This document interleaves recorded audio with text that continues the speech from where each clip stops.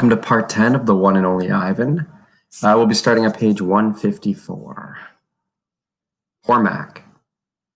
Mac groans. He stumbles to his feet and hobbles off towards his office. Ruby watches him leave. I can't read her expression. Is she afraid, relieved, proud? When Mac is gone, George and Julia lead Ruby from the ring. It's okay, baby. It's okay, Julia says, stroking Ruby's head. They settle Ruby in her domain and make sure she has fresh water and food, and before long, Ruby's dozing. Dad, Julia asks as George locks Ruby's iron door, do you think Mac would ever hurt Ruby? I don't think so, Jules, George says. At least I hope not. Maybe we could call someone. George scratches his chin. I wish I could help Ruby, but I wouldn't know how. I mean, who would I call? The elephant cops? Besides, George looks down. I need this job, Jules. We need this job. Your mom, the doctor bills. He kisses the top of Julia's head. Back to work. You and me both. Julia sighs, reaches for her backpack. She removes a piece of paper, a bottle of water, and a small metal box. Homework first, George says, wagging his finger. Then you can paint. It's for art class, Julia explains. We're doing watercolors. I'm going to paint Ruby. George smiles. All right then. Just don't forget your spelling. Dad, Julia asks again. Did you see Mac's face when Ruby hit him? George nods. Yes, he says solemnly. I did. He shakes his head. Poor Mac. He turns away, and only then do I hear him laughing. Colors. Julia opens the metal box, and I see a row of little squares. Green, blue, red, black, yellow, purple, orange. The colors seem to glow. She pulls out a brush with a thin tuft of a tail at its end. She dips the brush in water and wets the paper, then taps at the red square. When the brush meets the damp paper, pink petals of color unfurl like morning flowers. I can't take my eyes off that magical brush. For a moment, I'm not thinking about Ruby and Mac and the claw stick and Stella. Almost. Julia touches red again, then blue, and there suddenly is the purple of a ripe grape. She touches the blue, and her paper turns to summer sky.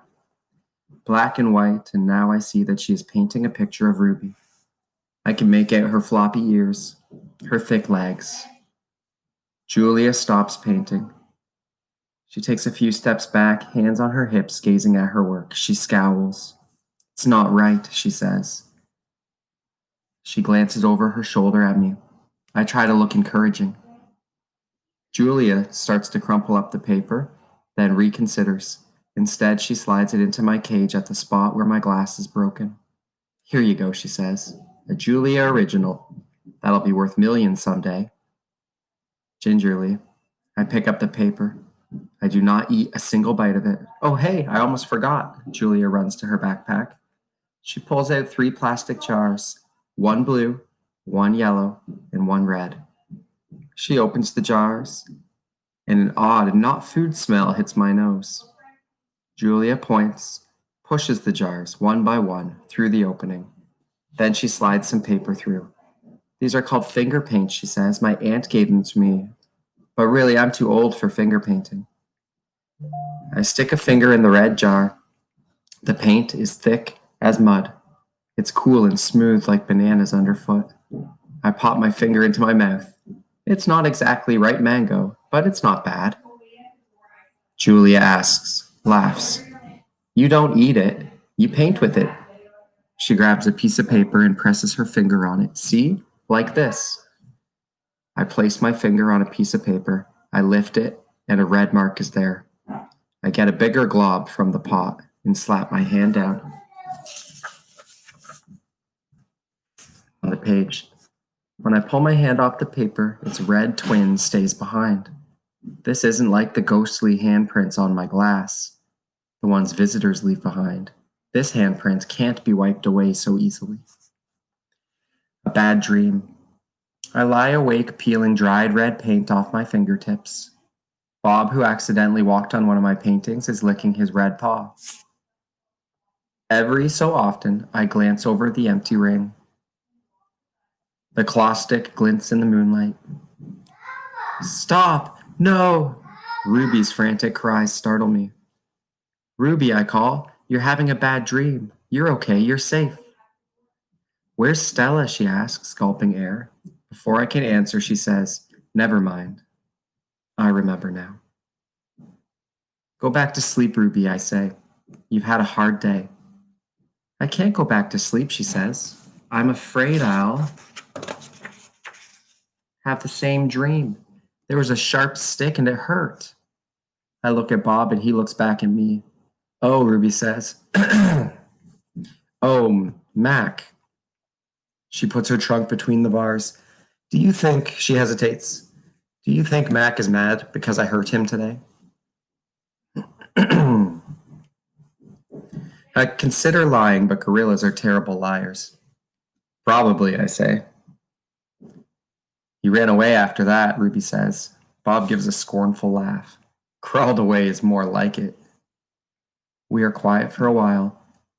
Branches claw at the roof. A light rain drums. One of the parrots murmur something in her sleep. Ruby breaks the silence. Ivan, I smell something funny. He can't help it, Bob says. I believe she's referring to the finger paints Julia gave me, I say. What are finger paints, Ruby asks. You make pictures with them, I explain. Could you make a picture of me? Maybe someday. I remember Julia's picture. The one that will be worth $1 million. I hold it up to the glass. Look, it's you. Julia made it. It's hard to see, Ruby says. There's not much moonlight. Why do I have 2 trunks? I examine the picture. Those are feet. Why do I have 2 feet? That's called artistic license, Bob says. Ruby sighs. Could you tell me another story, she asks. I don't think I can ever go back to sleep. I told you all I remember, I say with a helpless shrug. Then tell me a new story, she says. Make something up. I try to think, but my thoughts keep returning to Mac and his claw stick. Anything yet, Ruby asks. I'm working on it, Ivan. Ruby pauses. Bob said you were going to save me. I try to search for words. I'm working on that too. Ivan, Ruby says in a low voice I can barely hear. I have another question. I can tell from the sound of her voice that this will be a question I don't want to answer. Ruby taps her trunk against the rusty iron bars of the door. Do you think, she asks, that I'll die in this domain someday like Aunt Stella? Once again, I consider lying, but when I look at Ruby, the half-formed words die in my throat. Not if I can help it, I say instead. I feel something tighten in my chest, something dark and hot. It's not a domain, I said. I pause, and then I say, it's a cage.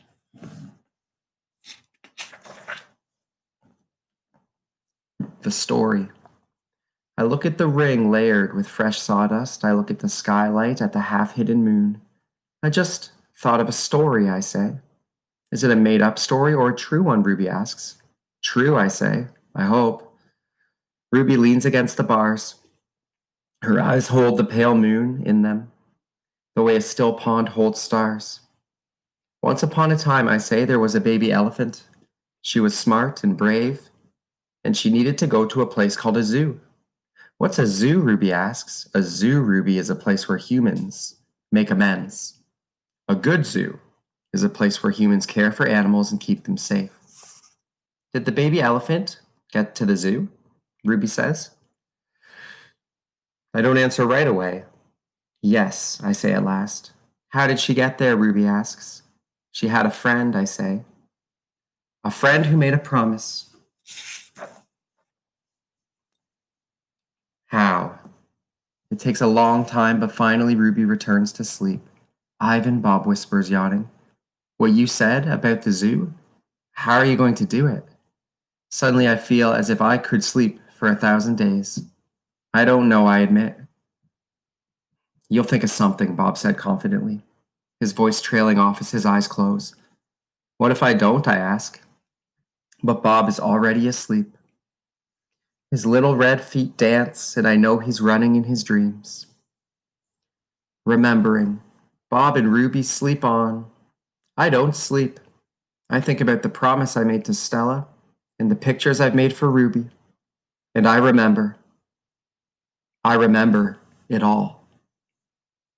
And that's where we'll stop at page 169.